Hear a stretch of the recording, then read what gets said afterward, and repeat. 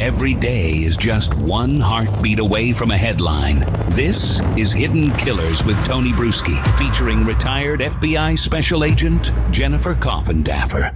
The case against Richard Allen, the alleged Delphi murderer, the trial is getting closer and closer, and Judge Gull, as she does, denies a lot of things, to put it lightly, from the defense.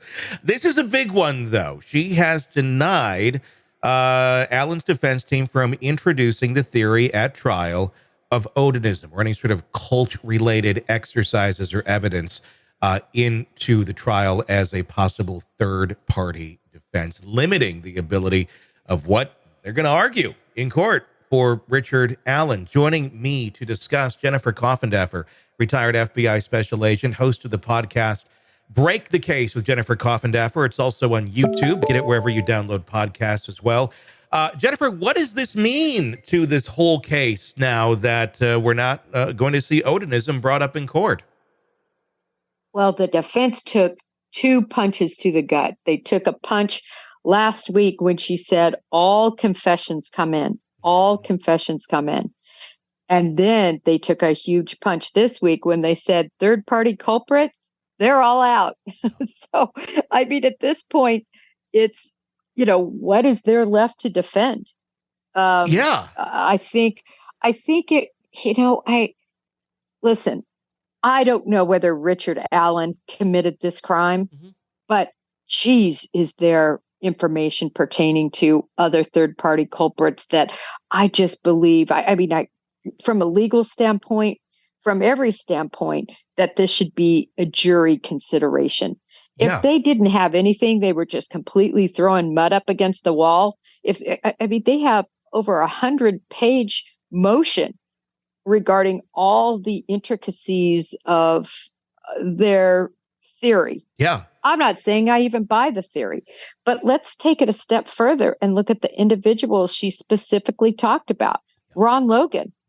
Ron Logan, there's an FBI affidavit that says probable cause that Ron Logan was involved in killing Abby and Libby, that his phone was there. We know Richard Allen's phone wasn't there after the geofencing. It's a long, involved affidavit.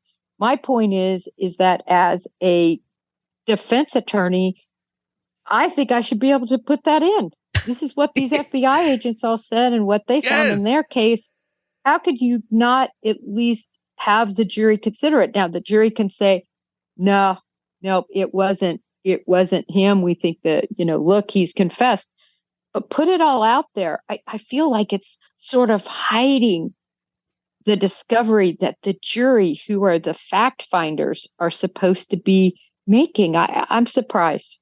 It feels like it just continues to be steered in the exact direction that Gull wants it to be, but Gull's not the decider here. Gull's the judge. She's the referee, here to make sure everybody plays fair. And it seems she's very slanted towards one team, which, again, this goes back to the argument of he basically has a get a trial free card in this. But it's just going to keep dragging this all out for the families, for everyone involved, for Richard Allen. Why not try this thing fairly? I mean, it just defies logic at this point of how skewed this trial is going to be when there is a lot of pieces of evidence out here. It's not just, internet rumors and such. There's a lot of beef to these things. Well, one of the other items that, I would use as a defense attorney was Keegan Klein. Keegan Klein, we know Anthony Schatz had communications the morning or communications just prior to their murder. We know that. That is unequivocal. And then we also know that there was enough cause and concern that when Keegan Klein said he knew where items of evidence was, they pulled him out of jail. I have always said, because I know people who haven't worked in law enforcement, whenever you get somebody out, it's a big deal. You have to have it signed up off on at the highest levels. And because you're now taking responsibility for somebody that's supposed to be behind bars. It's very unusual, let me say, Tony. And so at least at one point, either law enforcement was completely duped, which maybe they were, or they thought that there was information that he might have known through that shop's account. Because I've always said, how in the world was this just divinely happening? In other words, they just happened to be off school. They happened to be there. And Richard Allen happened to be there at the exact time they were there so that he could murder them. How did he know that there would be two vulnerable girls there that he could control? And was it only him? You know, I don't know. The whole case to me is so problematic. And I just feel like the jury needs to see it all. All right, true crime addicts, let's cut the crap. You're knee-deep in the gory details of your favorite podcast when suddenly a commercial hits like a bad meal. Seriously?